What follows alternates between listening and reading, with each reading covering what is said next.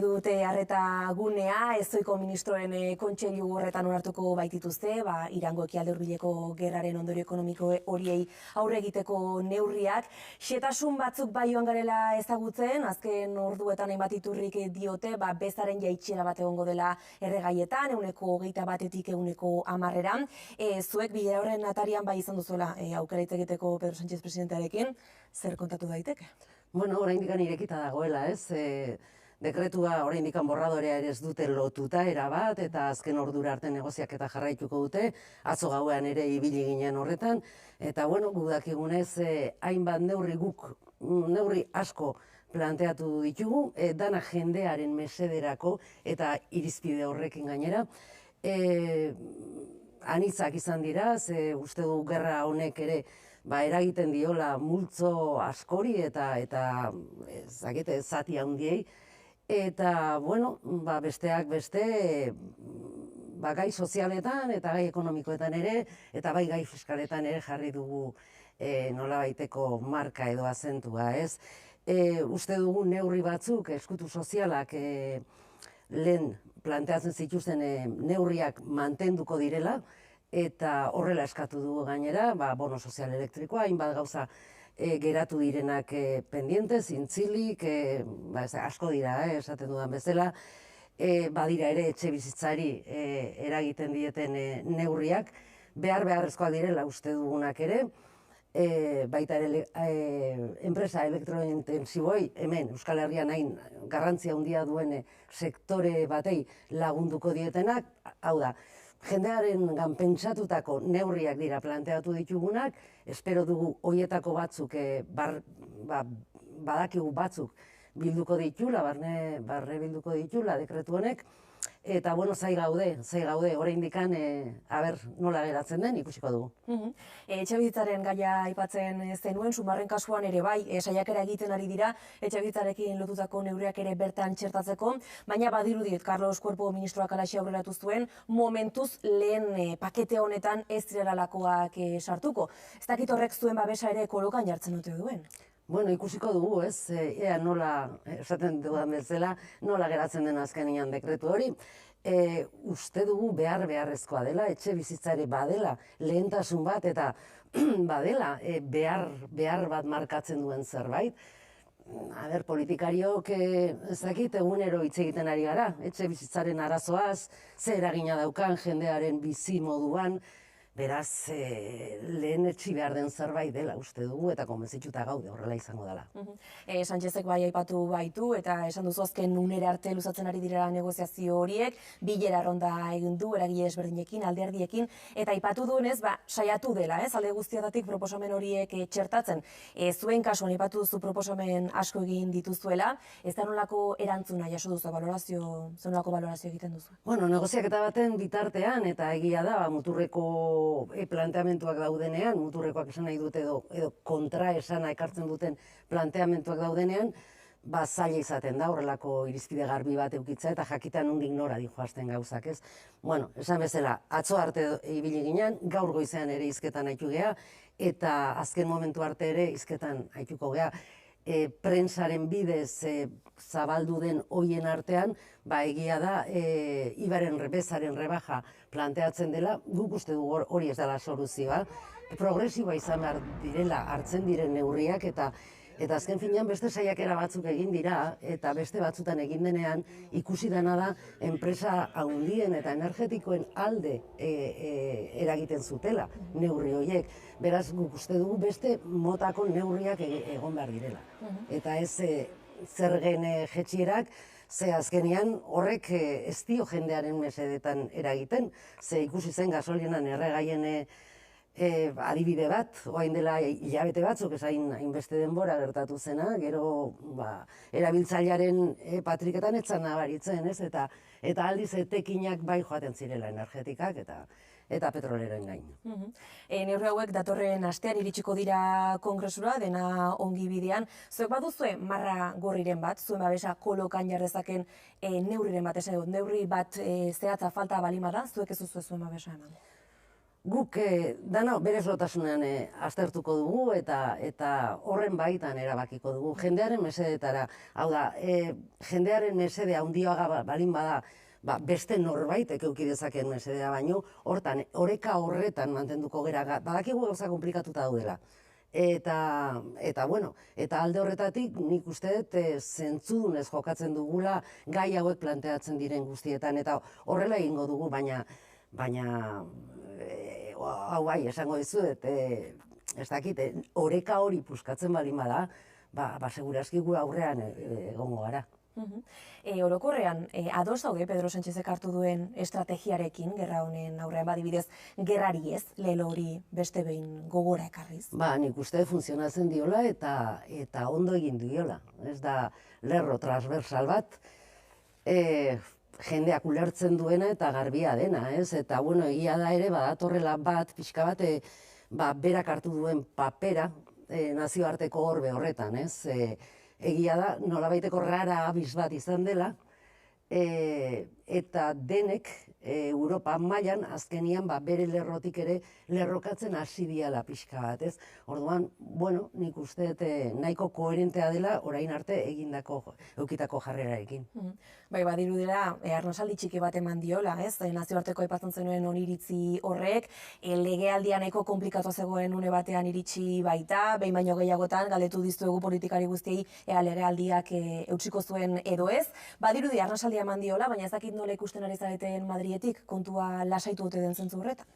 Bueno, kontua da legegintzaldiaren hasieratik horrela gaudela, ez? Zera, tirabira honetan eta beti dagoela iritzi hori edo susmo hori agian ez duela aguantatuko eta legegintzaldiak ez duela irango eta kontua da, urtebete bakarrik falta dela ez bukatzeko, beraz, jarraitzen du eta bitartean guk jarraitzen du gore lanean eta aukera guztiak aprobetxatuko ditugu saiatzeko neurri honak ateratzen, jendearen mesederako diren neurriak ateratzen eta gure herriarekiko neurri honak ateratzen. Aprobetxatzeko tartea dago eta, bueno, oraingoz, bai, eixiri dira, ez? Era horiek, hots horiek esaten zutenak, legegintzaldia bukatutzat ematen zutenak, badirudi ez dagoela bukatuta eta nik uste eta aukera hori aprobetxatu behar dugula guk ere. Aste honetan bai, Pedro Sánchezek esan duela, martxoan ez dituela aurrekontuak aurkeztuko, beraz ez dugu aurrekonturik izango ez da martxoan ere.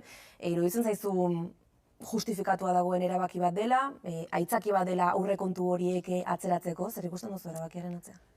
Bueno, a ber, nik uste ez dagoela beste modurik, ez, orain, gerrarena aitzaki bat izan ziteken, bai, egia da, bueno, baina egia da momentu honetan maioriek ez daudela aurrekontuak ateratzeko, nahi grazia egin dit gaur goizen entzun dudanean, esanez, errespetu falta bat iruditzen zitzaiola, jakinda, berak ez ditula onartuko, beraz, ez dakit hipokresia puntu hori ere badago guzti honetan, ez, pena da, ze aurrekontuak egotea gauza ona da, gogoratzen bi saiakera horietan egon direnean, gu nahiko aurreratuta genitula gauzak eta azken finean Euskal Herrirako ona balin bada zerbait eta hortik gauza onak atera zitezkeela uste dut, eta pena da ez egotea, eta ez dakit egongo diren edo ez legegintzaldi oso bat aurrekonturi gabe, nahiko bortitza da, ez, segurazki aurrekontuak aurkeztuko dituzte, baina gauza dauden bezala, hain tenkatuta dagoen ez dana, litekena da ez ateratzea, ez aurrekontuak aurkeztu, baina ez ateratzea, hain justu ere, kritikatzen duten hoien aldetik, ez aurrekontu horiek ez aurkeztea, ez orduan, dana da nahiko komplikatua. Zalantzarik gabe.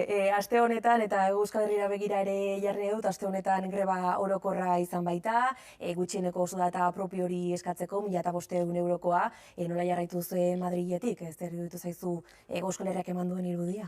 Interes handiarekin, eta nik uste Estatu Espainoletik ere interes horrekin begiratu dela, ez, eta ikusi dela. Azkenian da, zentzuak eskatzen duen zerbait, gure errealitate sozioekonomikora egokitzen den soldata minimoak behar ditugu, nik uste dala oso zabalduta dagoen aldarrikapen bat, ikusi dela, babesa handia eduki duen aldarrikapen bat, eta nik uste alde horretatik beste hori geratzen zaiguna dela eragile sozialak eta sindikatuek eta jendeak eskatzen duen horrei arreta jartzea eta aldugun guztia horren alde egitea. Zuen kasuan, bai Euskal Herria Bilduk, Eskerrak, BNG deklarazio bateratua argitaratu duzue, eskatzeko Euskal Herrian, Katalunian, Galizian soldata propioa izateko, konpromiso hartu duzue, beharrezko elkarrizketa horiei ekiteko, norekin egin daitezke elkarrizketa horiek, zein bide hartuko luke konpromiso? Bueno, hori da, ekimen bat planteatuta daukaguna Madrilen, eta bere bidea jarraituko du. Uste gainera burujabetzaren aldetik ere garrantzia duen zerbait dela, ez? Herri bezala hartzeko gure erabakiak eta guri dagozkigun erabakiak, ez? Bueno, planteamendu hori aurrera joango da, ikusiko dugun oraino, baina bitartean ikustet ona dela ere pedagogia bezala, estatu mailan ere egiteko, ez? Jakiteko eta ulertarazteko hemen behar duguna dela burujabetza gehiago, alik eta hobekien bizitzeko. Jaso alduzu, momentuz erantzunik, ez dakit nore izango duzuen aurrean elkarrizketa horietan, beraien partetik erantzunik jasote duzuen? Bueno, printzipioz sindikatuek egon ziren, Madrilen, planteatu zuten, beraien planteamentua egin ziguten, noski espainoleko eskuina etzan egon, eta hoiengatik ez da ezer espero, besteengatik inork ez zuen kontra zegoenik, baina horrek ez du ezer esan nahi, ez? Balandu beharko den zerbait da, eta ia pixkanaka behintzat gauzak ez dakit pentsatzeko ere aldatzeko balio duen, ez zenbait alderdietan, eta esaten ari naiz, edo planteamenduak sumar, edo PSOE-ren gatik, ez. Estatuko politikan, ezkerreko alderdien aliantza baten aukeraren auspotzea izan da azken orduetan, jakin ostean, Eskerrako Karbiel Rufinek parte hartuko duela kolokio batean, Podemoseko Irene Monteroekin baita Xabier Domenekekin ere bai. Zer espero duzu, gertatzea hitzordu horretan, apilararen bederatzian? Bueno, gu lasaitasunez ikusten dugu hori, ez, ondo iruditzen zaigu. Egia da, Espainiako ezkerrak arazoa daukala, eta azken hauteskundeak horren ispilu dira, ez. Zerbait egin beharra dela, denek dakite zer egin eta nola egin da gakoa, eta beraiek soluzionatu behar duten gakoa da, ez. Gu ez gara sartzen, guk beti bezala elkarlana egingo dugu ezkerrarekin, Espainiako ezkerrarekin, uste dugulako hori ona dela, neurriak hartzeko gizarte sozial baten alde neurriak hartzeko eta eskuinari ere topea jartzeko eta eskumiturrari ere topea jartzeko, ez. Alde horretatik, bueno, espero dut ekimen horiek ere baliogarria izatea, behingoz bide hori, behar duten bide hori beraiek aurkitzeko, ez. Onuragarria izango litzateke adibidez, Podemos Eskerraren arteko koalizio bat egotea estatuan? Hori uste ez dela egongo, errezek esan du, Eskerrak esan du ez dela gertatuko, beraz hori da, ez dakit zientzia fikzioa egitea momentu honetan, eta uste gerora ere horrela izango dela, baina bueno, baliogarria izan daiteke, agian pentsamolde hori, egia da, ezkerreko jendeak nahi du zerbait, behar du zerbait, eta beharra dago, baina beraiek bilatu behar dute bereien bidea. Kolokioaren izenburua da, eta aipatu duzu ez, zer egin beharko genuke, zer egin beharko luke ezkerrak, zure ustez, eskuinari eta eskuin muturrari aurre egiteko? Eskuinari eta eskuin muturrari aurre egiteko, egin behar dena da, han, hemen eta toki guztietan, nolabait, pien pared esaten da gazteleraz, ez, jarri behar da eta hori egiten da aurrera pausoak emanez politika sozialetan. Ez dago besterik, margenik etzaio utzi behar, eta etzaio margen hori utzi behar eskuinari eta ultraeskuinari, eta bidea hori da zenbait eta gehiago aurreratu gai sozialetan, zenbait eta ongizate gehiago lortu, zenbait eta desberdintasun sozial gutxiago egon gizarte batean, orduan eta toki gutxiago uste zaio ultraeskuinari eta bestela beraiek harrapatzen dute espazio hori. Euskal Herria Bilduk mantentzen du bere iritzia koalizio horretan ez duela parte hartuko? Bai, hemen Euskal Herrian badagoelako egina frente hori, ezkerrak behar duen Espainian, ezkerrak behar duen frente hori, eta 2011tik aurrera doa, eta ondo doa eta zabaltzen ari da, ez daukagu arazo hori. Espainiakoak tamalez badute, eta ojala dana ondo joaten den, denon onurako izango data. EH Bildu eta EAJaren elkarrezketaren gainean ere galdetu nahi dizut, estatus berriaren gaineko eztabaida horren gainean, asteak daramatzagu esaten, iritsi dela une aztirte edo zarte egiteko, Aitor Estebanek eskatu zion Pello Otxandian hori, argi dituz ez dela bere jarrera, eztabaida horretan prisa edo lasaitasuna behar ote den, zuen kasuan, Madriletik ikusita, zer behar du estatus berriaren eztabaida horrek? Segurazki kombinazio bat biena. Hau da, ezin da lotan geratu, ezin da berriro kajoi batean utzi beste batzutan gertatu den bezala, eta lasaitasuna, baino lasaitasun estrategikoa deitzen den hori behar da, ez? Hau da, aurrera begira eta aurrera begira hartzea erabaki horiek. Lasaitasunakin, baino, klaro, lo hartu gabe. Eta zein puntutan daude elkarrezketa horiek, horren gaineko berririk duzu? Bueno, nik uste elkarrizketak dauden bitartean beti puntu honean gaudela. Esan nahi dut, gauzak agortzen direnean eta gaizki agortzen balin badira edo alternatibarik ez badute eskaintzen, orduan jak eskatzen hasi beharko ginatek. Espero dut baietz, espero dut ondo jotea. Ipar Euskal Herriari buruz ere galdetu nahi dizut, ezinbestean igande honetan argituko baita jada zein den mapa politiko osoa, 11 udalerritan bigarren itzulia izango dute, eta tartean, ikusmina areagotu da, Baionanea zer gertatuko ote den, Jean-Claude Iriartek eta Henri Etxetok koalizio hori lortu ostean, Ezker Abertzaleko Iriart izango da zerrenda buru, badute aukera, Etxe Garairi auzapeza hori kentzeko? Aukera bai, aukera badago, eta bueno, nik uste Ipar Euskal Herritik azken urteotan oso albiste pozgarriak iristen direla, ez? Gauza onak ikusten ari gara Ipar Euskal Herrian, positiboki baloratu behar diren hainbat emaitza eta hauteskunde hauen emaitza ere horrela da. Euskal zadetasuna, abertzaletasuna gero eta aurrerago joan zerbait da, edatzen ari den zerbait da. Eta, bueno, han lan egiteko eraz ere, nik uste dut oraindik ikasteko gauza asko ditugula. Segurazki hemendik aruntza ere izango dira beste batzuk, baina badutela beste jokamolde bat gauza batzutan, benetan eragina izan beharko lukela guregan ere. Ipar Euskal Herritik hain zuzen ere aterratzetik abiatu da korrika duela ordu batzuk jada. Nola bizitzen ari zara lehen kilometro gauek, ez dakit jarraitzen ari zaren zuzeneko seinale hori ikusteko parte hartzea? Gainera aterratzetik ateratzea, pasatzen dituen herriak ikustea, benetan korrika da, ez dakit, poza eragiten duen zerbait, ez? Poza aldarrikapena da, eta ez dakit da nolabait alaitasunez euskera bizitzea. Tamalez azkeneko urte hauetan euskera hitz egiten dugunean, euskarari buruz, beti dira edo irainak entzuten ditugulako edo erasoak daudelako, ez? Korrika bada aldarrikapen bat, euskaldunok behar duguna, bizitzen duguna gainera, nik uste intentsidadea handiarekin, zerbait alaia da, eta hori ere nik uste garrantzi berezia dula, eta bueno, denok lotzen gaituen zerbait, euskararekiko, konpromisoa ere bada, ze entzuten une inaugurazio ekitaldia, nola esaten zuten korrika dela lekuko bat eramatea baino askoz gehiago, nolabait atxeki egiten zara aldarrikapen horrekin, eta euskerak urtero egunero behar duen lanketa horretan, nolabaiteko poza eta alaitasuna barriatzen duen zerbait da, importantea da, eta babes osoa eman bartzaion zerbait da.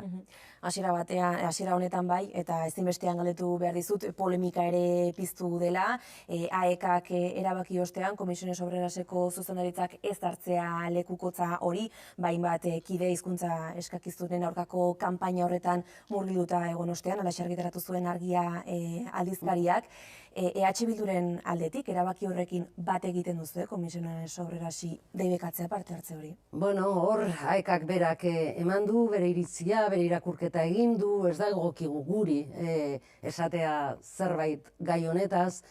Ni bai uste dut egin behar dena dela, zentratu zein den korrikaren mezuan, korrikan eta fokoa ez dela aldatu behar, ez? Orain gertatzen ari dena da, herri bat dagoela honen atzean, herri bat eskuz esku, herriz herri ari dela euskararekin, aekarekin, korrikarekin inplikatzen, hori dela mantendu behar dena, fokua hor jarri behar dugula, importantea iruditzen zait, eta batez ere momentu honetan, ez? Egia da, komplikatua dela, eta euskararen kontrako erasoak judizialki datozela.